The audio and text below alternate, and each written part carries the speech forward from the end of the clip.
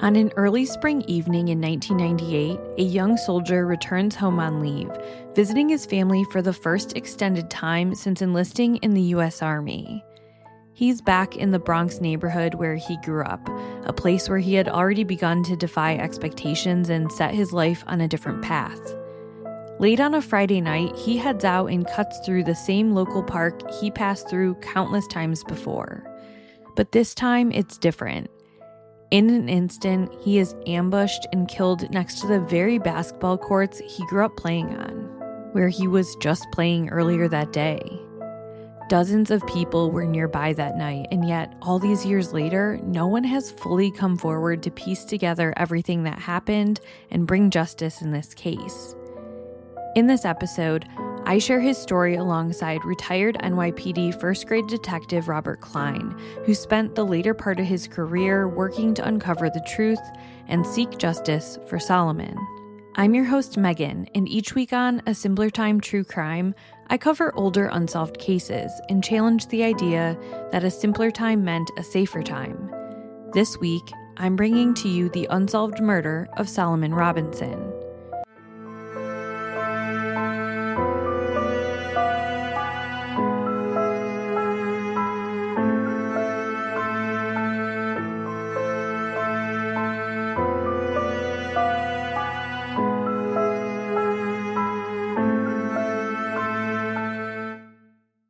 At the top of this episode, I wanted to mention a couple of things.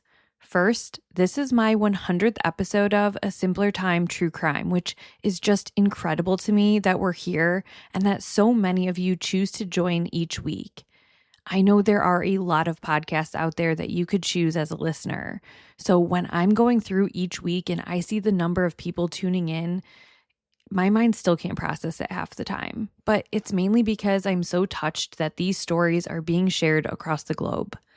My goal is to always gain more visibility to these cases, to uplift the voices of loved ones and family members, and share in their goal for the case, and hopefully spark conversation that could give the case some momentum. So I just wanted to thank my audience for tuning in, for taking me up on calls to action, and respectfully engaging in conversation. You guys are all truly the best. Today I have a really special episode for case number 100, and I wanted to thank Detective Klein for joining me for the episode. He was on the show about a month ago where I interviewed him about his career in the NYPD, and then he answered a ton of my questions and listener questions, everything from safety tips he has after seeing just about everything to how families can help partner with law enforcement in their loved ones' cases, and everything in between. So if you haven't already listened to that episode, I highly suggest you go check it out after listening to this one. The very first time we spoke on the phone and talked about him coming on my show, I asked him if he had a cold case that he worked on that really stuck with him, that he really wished he could get solved, and I barely had the sentence out, and he said, Solomon Robinson. Now don't get me wrong, it's clear he's passionate about any case he's worked on. When we've talked, one of the things I appreciate most is how he may pivot to talk about another case for a moment, and he always remembers everyone's name and the details. But Solomon's case held a special connection to him, and we'll get into that more in a moment. One thing he did want to mention as a disclaimer from the get-go is that he is no longer the detective on this case because he retired from the NYPD in early 2025. It is still an open and active investigation, and so anything we talk about is just building upon what is already out there, and okay to share about the case. To that end, this case was also covered by Ashley Flowers on Crime Junkie, and to protect the investigation, she uses pseudonyms for all of the people who touched this case in one way or another, and to keep it simple, we decided to just use the same one, so if you go check out her episode, or if you already have, then it'll make more sense when you're listening and you don't have to create a whole chart to understand. So with that being said, let's get into it. I was back in the file room digging through Malcolm Ryman's old files, who becomes, he's actually involved in this case throughout the years, like back in 2005. And I pulled this case out of one of the old file cabinets, and Solomon Robinson was on the case. And I had this habit of just opening cases when I came in contact with them. And even if I was in a precinct somewhere and I'm digging and I'd be like, holy shit, look, it's a 1960 homicide, or and I found homicide files from the 1930s. I couldn't help myself. I had to look at them. So I opened this file and I noticed right away that Solomon was a soldier. And I think it became evident because there might have been a particular file folder that was labeled like info from CID, which is the Army's Criminal Investigation Division, but it's their investigators, right? And that obviously drew my attention, being someone who spent 7 years in the active duty Army, and I dug into it, and I recognized really early on that Malcolm was involved.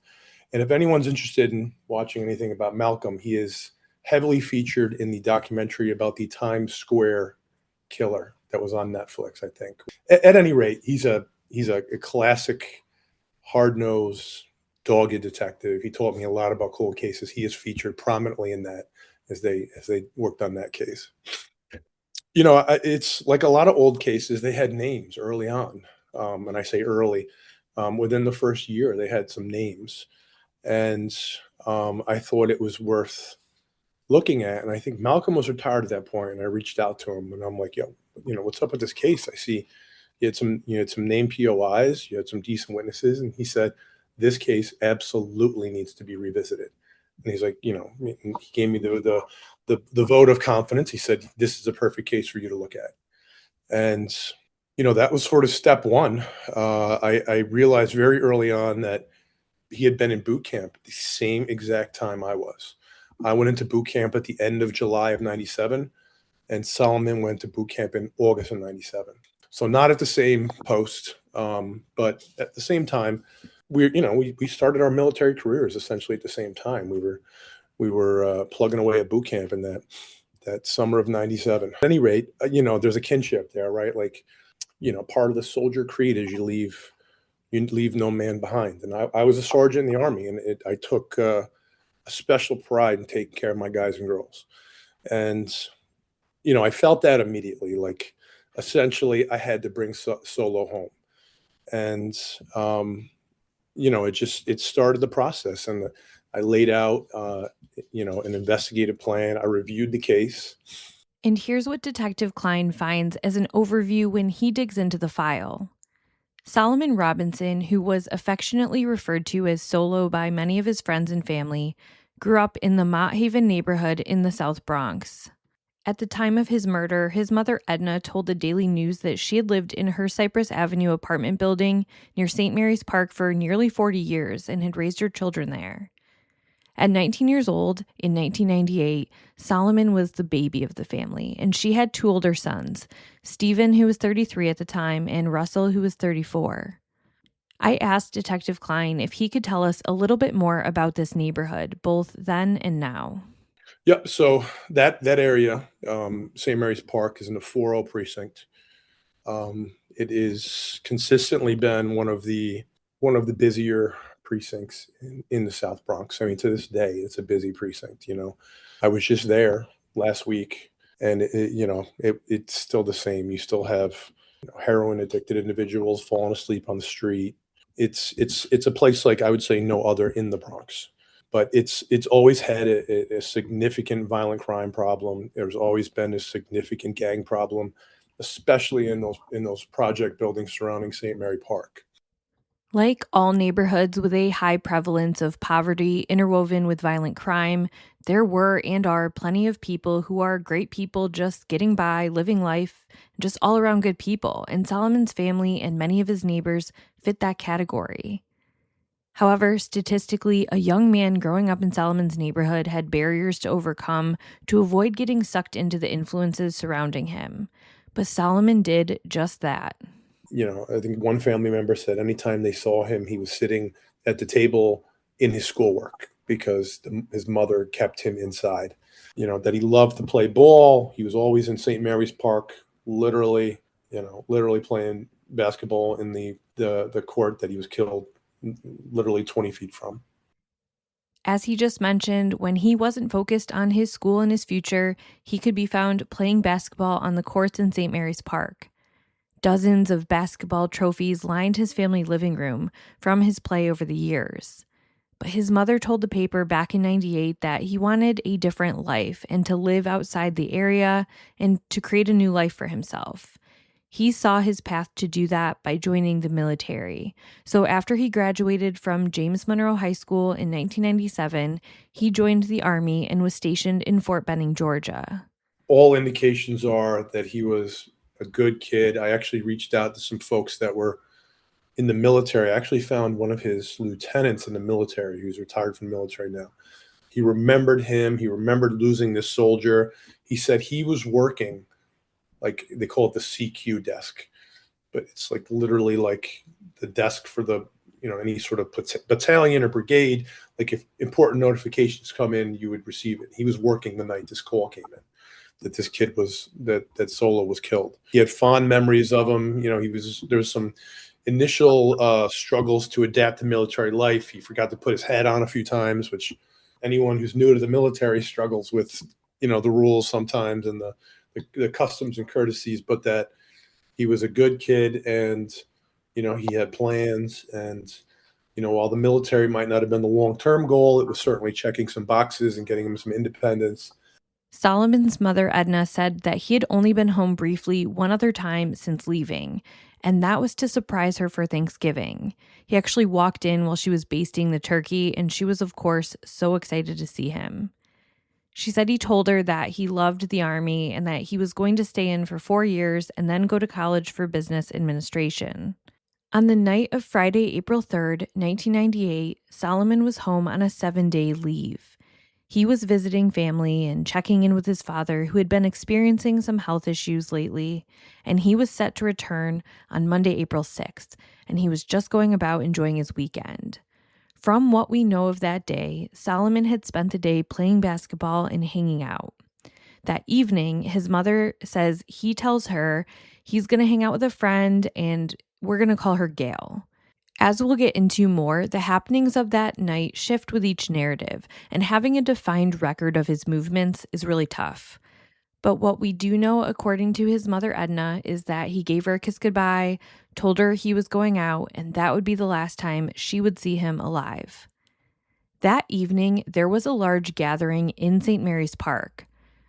Solomon, to our knowledge, was not attending that party that night. He was just cutting through that park area to go to a nearby corner store or bodega. There was a huge party in the park. The narrative back then was it was somebody's birthday party. And, the party got, was essentially shut down, as many parties are in the Bronx, with gunfire. The sounds of gunfire made the party disperse, and people started running in all different directions, a scene, as you can imagine, of absolute chaos. Some witnesses described 2 Hispanic males running from the scene, and at that time it wasn't clear if they were involved or just trying to get away from the danger. People saw others fleeing down a nearby sidewalk on green dirt bikes. It was just chaotic. But there, in the midst of it all, what really happened shifts into focus. Just feet from the basketball courts is Solomon Robinson, face down in the grass, and when first responders arrive and turn him over, they realize there is nothing they can do to save him. But, that particular night, they responded to the scene. They found Solomon. He had sustained a gunshot to the chest, numerous stab wounds to his torso, and what is commonly known as a .50, which is sort of the street term for a laceration that starts at the ear and goes to the corner of the mouth, typically taking 150 stitches to repair, hence the .50. Also, it should be stated that the .50 was a hallmark of gang initiation or gang promotions, right? And those still happen, not as frequently, but they still happen in modern times, where you'll see random people on the subways getting .50'd. I think one happened not too long ago in Penn Station. We're going to revisit the gang piece a little bit more later. The autopsy would later reveal that while the stabbings and the slashing were horrific and brutal, the injury that ultimately led to Solomon's death was the gunshot wound that tore through his heart, lung, and stomach. On that night, police show up to share the horrible news with Solomon's mother, Edna, what I imagine to be one of the absolute worst parts of the job. But word has already gotten back to her. His brother Russell was slated to come back from Connecticut the next day to visit while Solomon was in town and have a reunion of sorts with his little brother.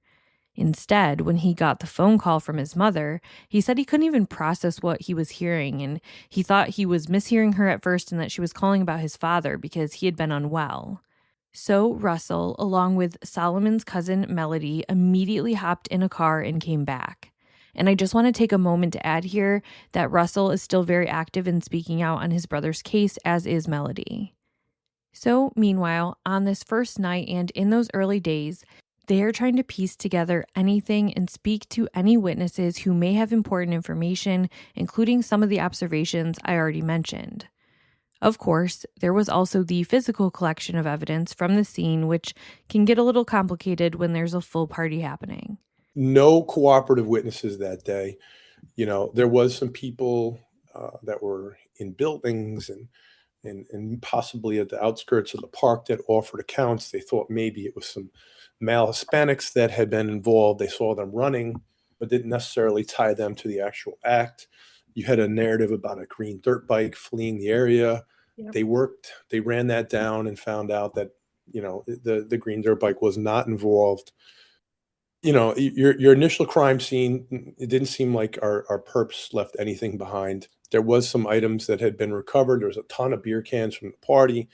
There was a knit hat and a watch. We actually, right around the time I was retiring, had located that property, and we were doing some forensic testing on that. Now, even though people aren't super excited to go on record about what they saw, there was at least some early sense of people witnessing something because all the early newspaper reporting from that same weekend of the homicide indicated that there were at least 2, possibly 3 men that attacked Solomon, and that was from multiple witnesses. There was an early rumor that someone may have recorded video at the party, and of course, police were very interested in that. Today, it's much more common for fights or incidents to be captured on cell phone videos, but in '98, that wouldn't have been the case. So investigators tried to track that lead down, but they were never able to identify or locate anyone who had footage, if that person even existed. And it didn't stop there. No matter how many people they spoke to, even those believed to have been at the party, no one was willing to admit they were there that night. I think they found the woman whose birthday it was, and birthday lined up with the date, and she was like, "Nope, wasn't my party." Typical Bronx witness narrative. Nope, didn't see anything, didn't hear anything. With partygoers and neighborhood individuals shying away from discussing anything they saw, police want to speak with Gail, the person who Solomon's mother Edna said he left with that night. Police track her down at home because Edna had been under the impression that night that Solomon was walking Gail somewhere. When investigators speak with Gail, she isn't overly forthcoming, and what she does say seems to change each time detectives talk to her. Gail gets interviewed early on. Her initial tale is that they are romantically involved. She was there to see him, and that he went off into the park, and she doesn't know what he was going off into the park to do, which didn't really make sense early on to us because she didn't live nearby. She lived maybe a mile away. It's not the type of neighborhood that you would just hang out in front of a random building, right? So, that struck me immediately. She's then interviewed a short time later again by the original investigators, and she changes her narrative, and her narrative then becomes, we're not actually romantically involved. I think she said she was dating someone else in the military that was stationed elsewhere, and it was all a misunderstanding. She doesn't know what happened. And to me, that's problematic. I mean, if short term, if you're using recall, your story's not changing. Obviously, she's being creative. That's why her story's changing. That is not the last time you'll hear about Gail. But before we keep progressing with the timeline, I want to talk about motive and why detectives are thinking that this is more of a gang initiation and not some other motive, besides, of course, the $150 that he already spoke of. Solo was wearing a starter jacket. If I remember correctly, it was a Grambling starter jacket. And mid-90s super starter jackets were still super popular. They were a tremendous target of robberies, much like Air Jordans were. So, you would think if this was a robbery that they would have taken his jacket. They did not.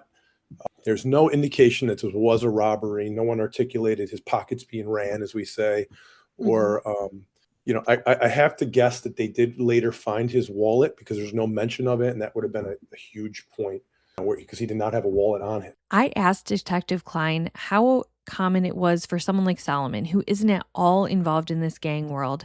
How often does it happen where they get caught up in it? And he shared not only is it rare, but that Solomon's was a special kind of rare because he didn't accidentally get attacked.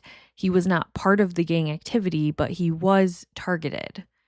It doesn't happen a lot. I would say probably 90% of your homicide victims, at least in the Bronx, have touched the criminal justice system in some way or another, right? And Right. it could be as significant as they've done homicides, they've done shootings, they've done time. They're involved in rival factions of, possibly the Bloods or other gangs. For Solo, our victimology was completely clean.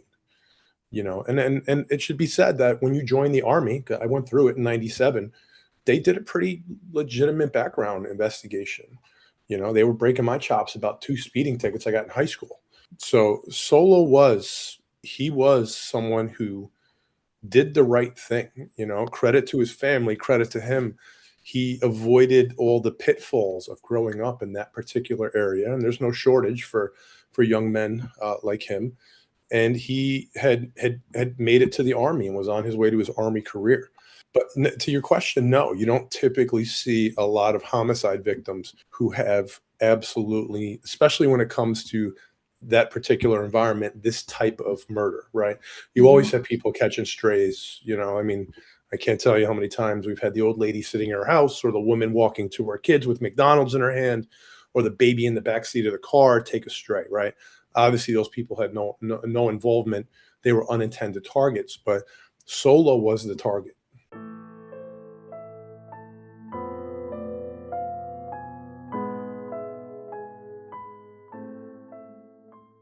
They spent time running down the dirt bike intel, went nowhere, and things kind of stalled early. And then sometime in the next year, I think they get the phone call that someone in Bronx narco had like an person arrested who was giving info, right?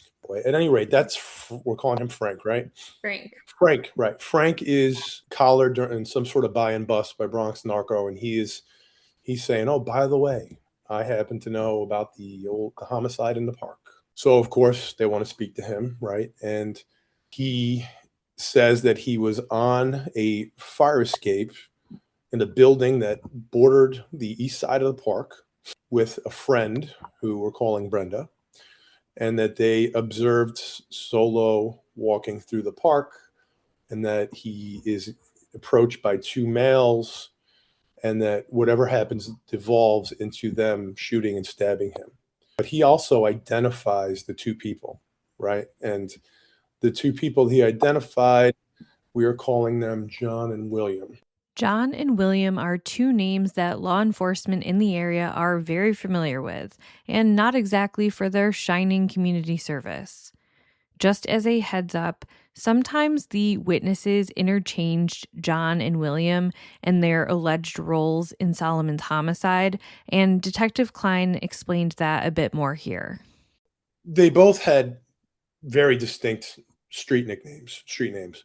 And through this process, both by Frank and Brenda, as we work through it, right up into modern day, they both kind of get called by the other's nickname, which makes like isolating who the shooter and stabber was kind of difficult, right? I mean, does it matter in felony murder? It doesn't matter if I stab someone, it's superficial, then you're my partner and you shoot them, we're both getting charged with murder. His intel seems good. He gives up the friend that he's with, Brenda. Detectives at the time took his info, and then they went and they found Brenda. And they were strategic about their approach with Brenda in that they didn't say, "Oh, by the way, Frank told us you guys were on the fire escape." They told Brenda, "Look, we have you on videotape on the fire escape. We know what you saw." Right?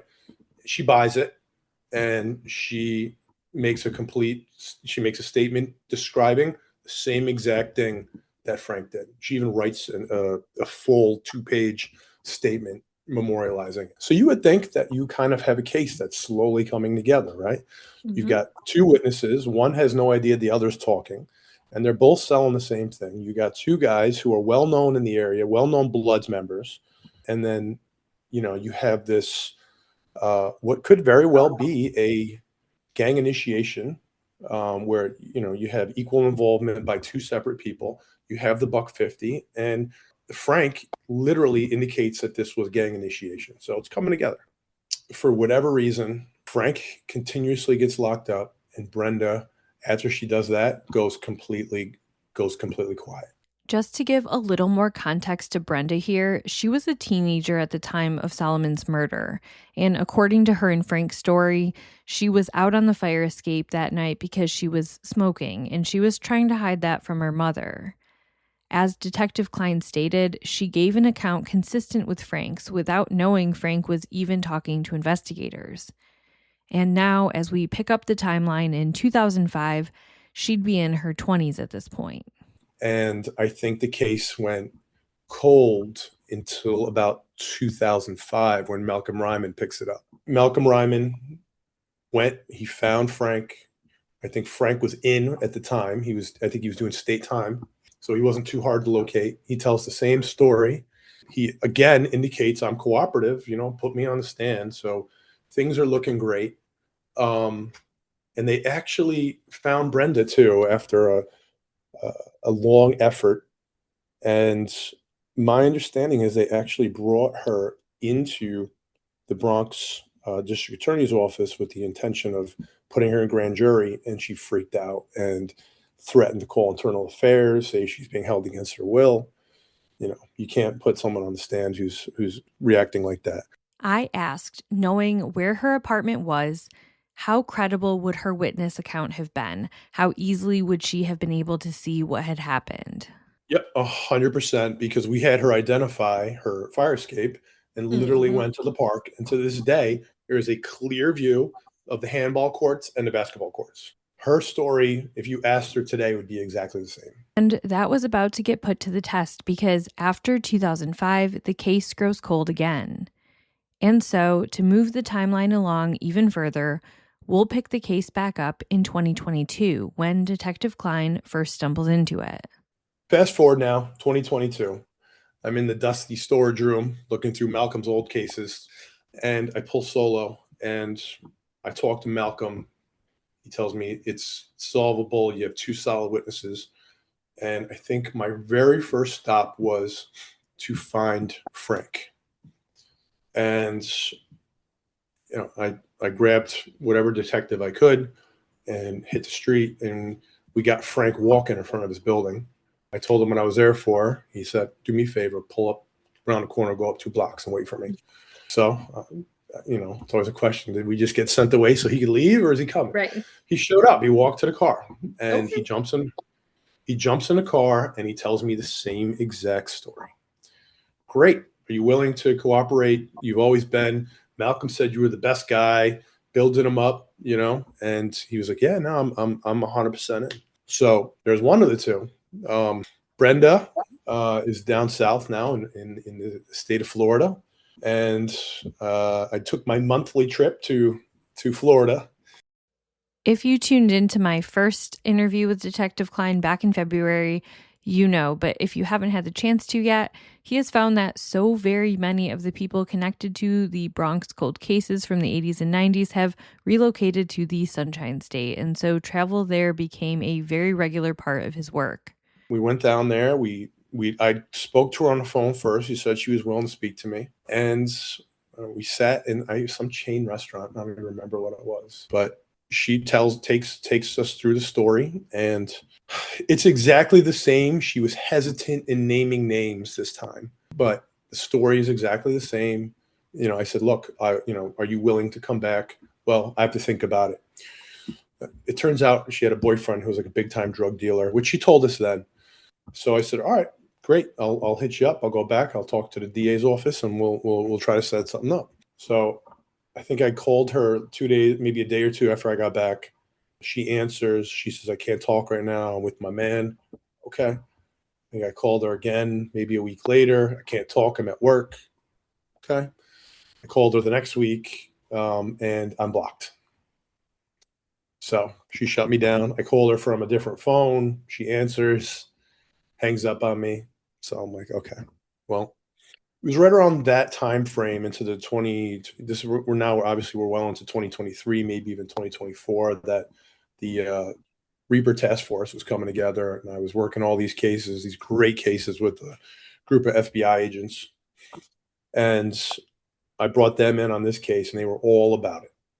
Detective Klein dives much deeper into his work on the Reaper Task Force in his first interview with me, but I asked him to give a little crash course for first time listeners. Yeah. So during this time frame, the Reaper Task Force, I was deputized. My partners are deputized as federal agents. We had the FBI's, the full weight of the FBI behind us. And one of the very distinct dynamics when you're interacting with the feds and you're talking to people is people are scared shitless of the feds. As a state detective, you can lie to me all day. There's going to be no negative outcomes for you. If you lie to the feds, it is a federal charge, and they'll charge it if they can prove you lied.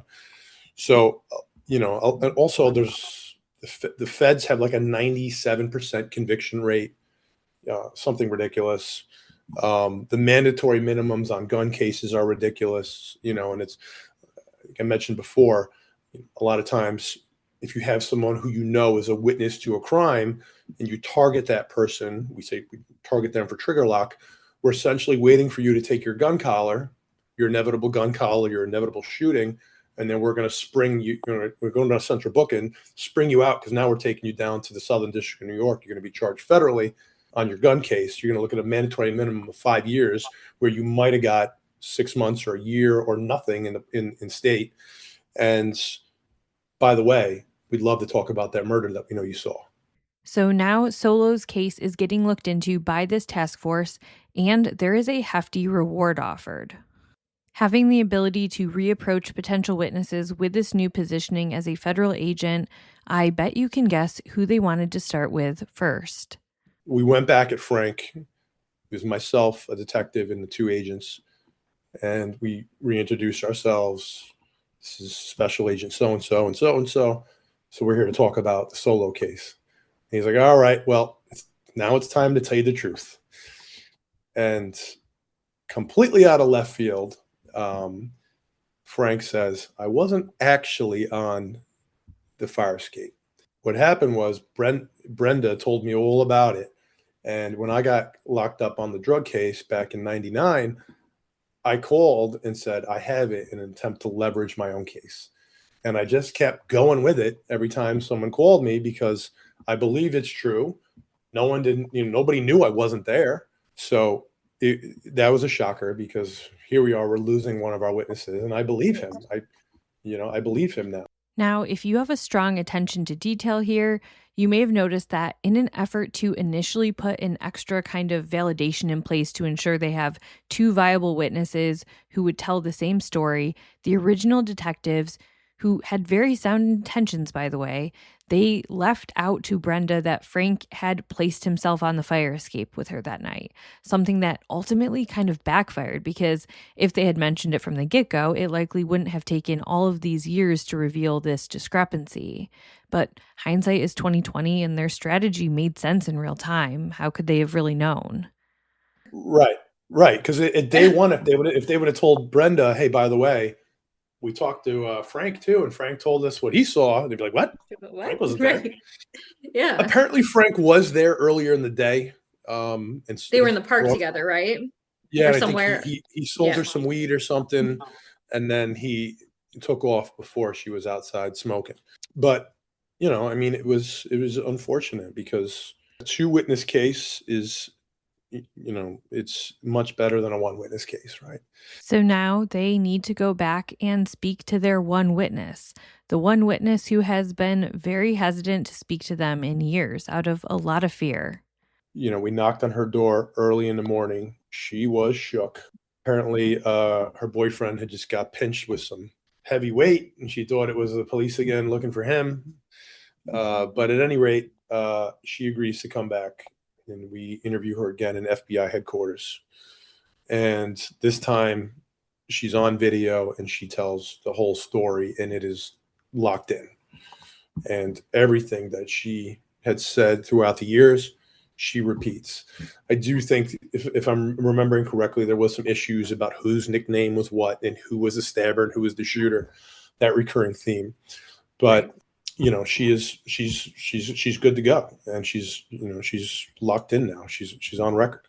Again, our problem is a single witness on a case. You have no other corroborative evidence, so we obviously need more.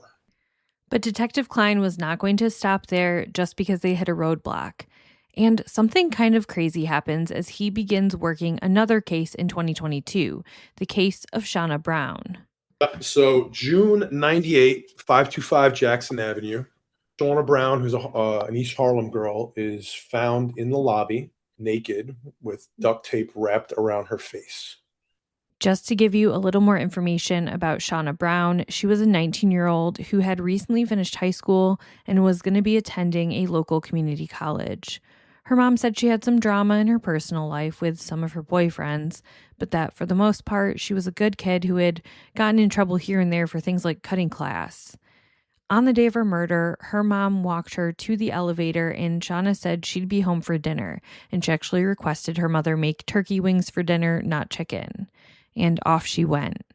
When she didn't come home that night, her mom said she actually had this nightmare about Shauna and that she was thrown into some sort of corner in her nightmare, which of course is how her body was actually found. The building Shauna was found in was 525 Jackson Avenue, which was a 16-story building in the Moore Houses, which is a public housing project. And Detective Klein told me this was very, very close to St. Mary's Park and Solomon's crime scene.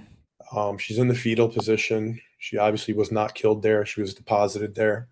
I think early and good speculation is that she was killed in 525, because typically you don't walk around with dead bodies with duct tape on their face. So the Shauna Brown case was very similar in that there was witnesses to someone depositing Shauna's body that identified someone very early on. And you'll never guess where those witnesses lived. They lived in Florida. But at any rate, I flew down there and I spoke to the witnesses back then who had disappeared. No one could find. Super easy to find people nowadays. They denied that they witnessed anything, denied making a statement. And at the time that they had made the statement, they were overheard in central booking discussing the murder. And one of the victim's family members heard them and said, "You're talking about my cousin," and had reached out to the detectives while in central booking and said, "Two girls here are talking about my cousin's murder." Detectives swooped in, interviewed them. They said exactly what they saw. And it is someone who was a person of leadership in that gang, the Nine Trey gangsters. After this, Detective Klein finds a note in Solo's file that says that William may also be involved in Shauna Brown's murder. And Detective Klein has his eyes on somebody else for that, someone who lived at 525 Jackson at the time. But because William and John run in the same crowd and have the gang ties to this potential suspect in Shauna's case, he sees it as an opportunity to interview William and see if he can get him talking about both Shauna's case and Solomon. Actually, to clarify, he said at first he really wasn't even trying to get him to talk about Solomon's case. He was going to kind of revisit that subject later. So I develop a plan that I am going to call William. I had better than average reason to believe he was not the shooter. He might have been the lesser of the two, even though it wasn't totally clear, right? I called him on the phone. He had some sort of DV drama going back and forth with someone who's always kicking his door and whatever. So I called him and I said, "Hey, you don't know me, but I'm working on a case of a girl that was dumped in the lobby of 525 Jackson in June of '98. He's like, "Oh yeah, I know who did that. It was so-and-so." Well, the so-and-so is the same person that the two forgetful witnesses identified back in '98. I said, "All right, well, so I got him talking. This could be beneficial in numerous ways." He was like, and he's like, "Yeah, they killed her in so-and-so's apartment, and then they had the dust head drag her down into the lobby, and that dust head was never the same after that." He's like, "And you know what else they did? That same guy in that apartment, he killed that kid in the park by the bench by the basketball courts." He's talking about Solo. He's literally putting Solo on this other guy. And you had So not brought Solo up at all. No one's brought no, Solo up at this point. no, I had no plan on mentioning that. My plan was to get him in and talk to him about Shauna Brown in the hope that he would actually could be helpful in Shauna Brown. And then once we developed the relationship, maybe even pitch to him cooperation in regards to Solo. High risk, high reward plan. It could completely ruin the case, but I was desperate. So he agrees to come in. He's all in. Set an appointment, give him specific instructions. We're texting back and forth. He doesn't show up. So I call him again. He's angry with me now. I'm playing nice. Listen, I'm just trying to help this girl's family out. I'm become very close with the sister. All right, I'll come in. He does not come in. And this is where things get a little weird.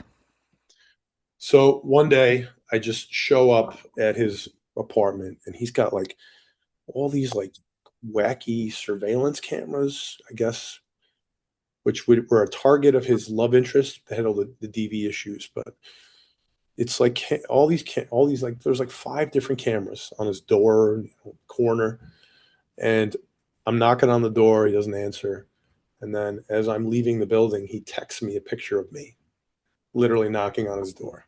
This guy's a clown. He's like toying with me now. Like I had my eyes on the prize. I'm in like go Right. mode. I want this guy to come in. I think he can help me with Shauna, and I think Mhm. he was responsible for Solo. And he's canceled. He hasn't showed up. He's ghosted me, and now he's sending me pictures. He knows who I am. And with that, this is where the case mostly left off. But we promised you that we would revisit Gail, and I know you're probably wondering, did Detective Klein pay her a visit as he was reinvestigating the case?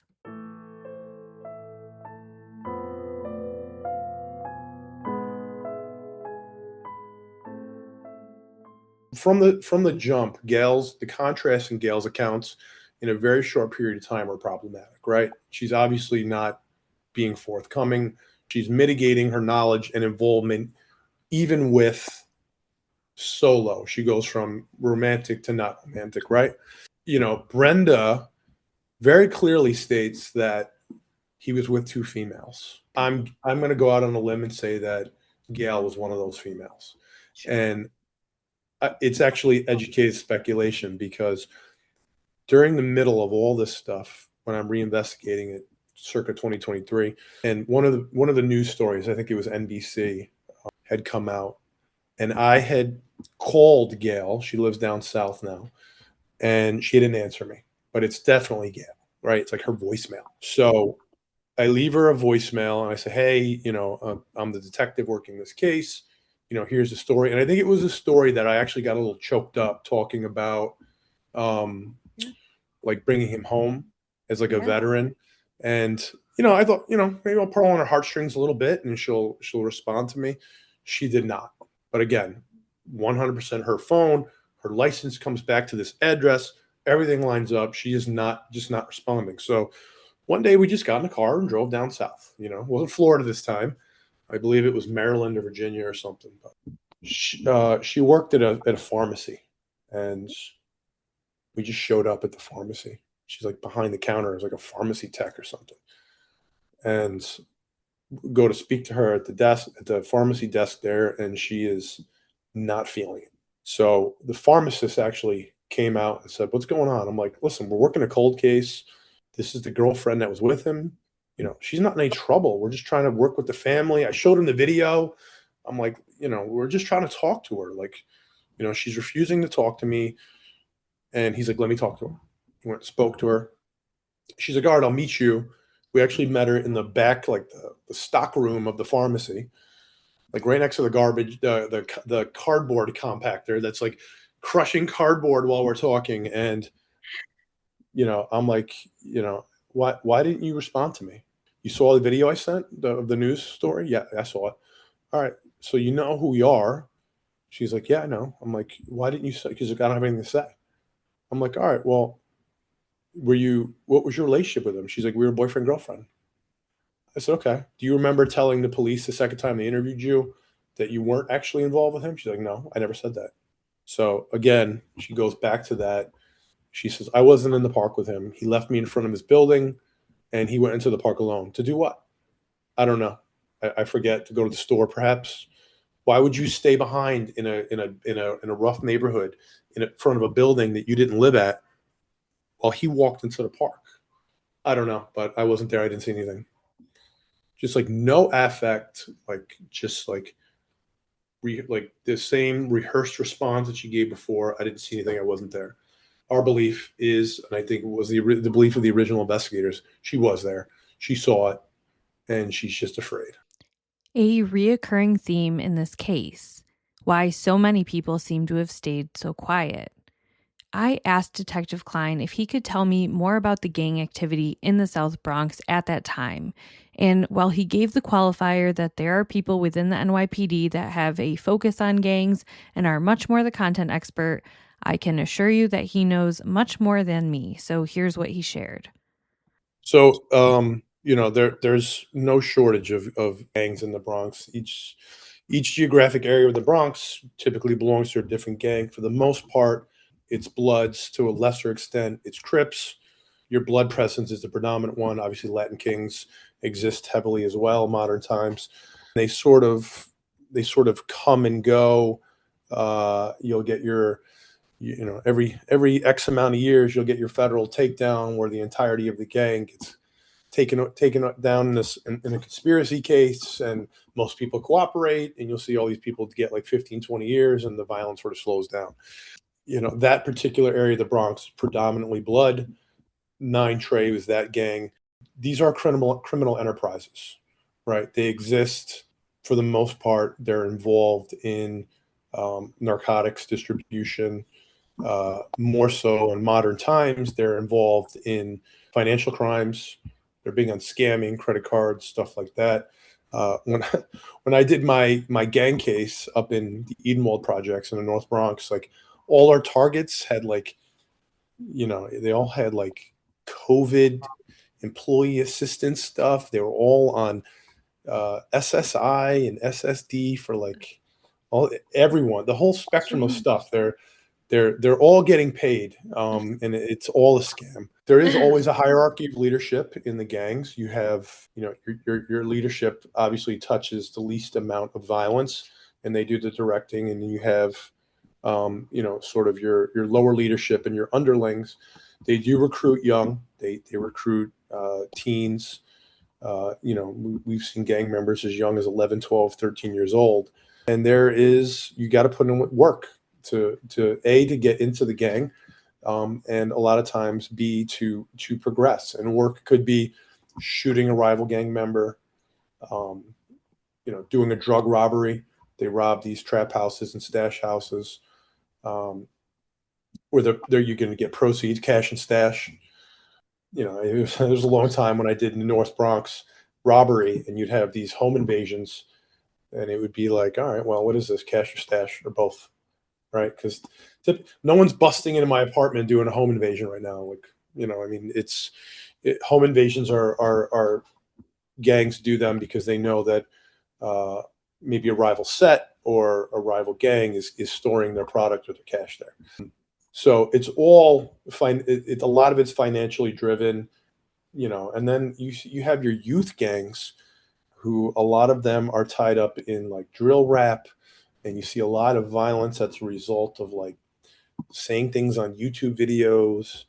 And it's some of the violence that is derived from that stuff is so pointless. I do think if you're looking at the Solo case, the fact that he was stabbed and shot, if you're going to shoot someone in the chest at close range, the stabbing aspect of this, it's almost like a participation. None of his stab wounds were significant. Not one of them were fatal. It was almost as if, the stabber of the duo was just trying to get his work in. And the buck 50 is a hallmark of sort of gang warfare. As a final question I had for him, I wondered if there was any chance Solo was a case of mistaken identity.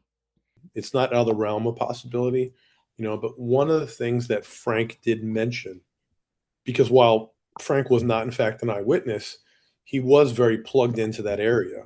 Sure. And it was discussed at large. And one of the things that he did say was, this was gang initiation. This is one of those cases where, like, you isolate and identify all these witnesses, and other than like fear of retribution and the people involved, I do think that the people involved in this were well known for their violent tendencies. So, with all of that being said, I asked Detective Klein what he would say to somebody who may have been at the park that night, may have seen something, someone who could reinforce what Brenda saw or share their own experience. What would he say to them if they wanted to do the right thing, but they were scared? Look, there's no shortage of folks that know what happened, that know the players. I mean, it's a tale as old as time as far as a lot of these cases. No matter what you say, it's very hard to convince people that they'll be safe. What I can say is that if that person exists, and the police department is, solving these cases is a team effort. It is the police department. It could be, and it's the community, it's the witnesses, it's the decent people that care. It could be the news media, it could be the family. There's a lot of stakeholders in these cases, and everyone's got to do their part. I think the police department has done their part. We asked the media to blast this stuff out there. They did it. There's no shortage of videos that I was involved in, these past couple of years, where we tried to motivate people. The financial incentive is there. I mean, $35K is a lot of money. There is someone who maybe doesn't know about the reward, who maybe didn't see the 500 posters I put all over that park, and they have the information. And what I would say, if they were listening to this podcast, as they should be, is I would say, I did 20 years in the police department, 10 years in homicide, countless murder cases, countless cooperating witnesses. No one ever got hurt. Not one of my witnesses ever got hurt. I hope if you're listening and that is you, you'll take his words to heart. Solomon's brother told the media in recent years that this tragedy tore his family apart. He believes his father died of a broken heart, followed by his mother, and sadly, Solomon's other brother passed away as well. Russell and his cousin Melody keep Solomon's case alive, and although Detective Klein handed the case off upon his retirement, he knows that the people dedicated to Solomon's case now are also invested, and this case is solvable. Solomon Robinson was a young man with a future who was serving his country, and he deserved better than how his life ended. If you have any information on the murder of Solomon Robinson, please contact NYPD Crime Stoppers at 1-800-577-TIPS. You can also contact your local FBI office. At the time of this recording, there is still a substantial reward for information on the case. I want to thank Detective Klein again for joining me on the show to tell you Solomon's story, and we have another case we plan to share with you soon. This has been another episode of A Simpler Time True Crime. If you appreciate the work I'm doing, please leave a 5-star review on your preferred listening platform and share the podcast with a friend.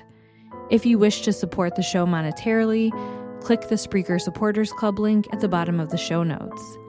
Case suggestions can be made to simplertimecrimepod@gmail.com, or you can DM me on Instagram at simplertimecrimepod. Thank you so much for listening, and I'll see you again next Monday. Here's to 100 more.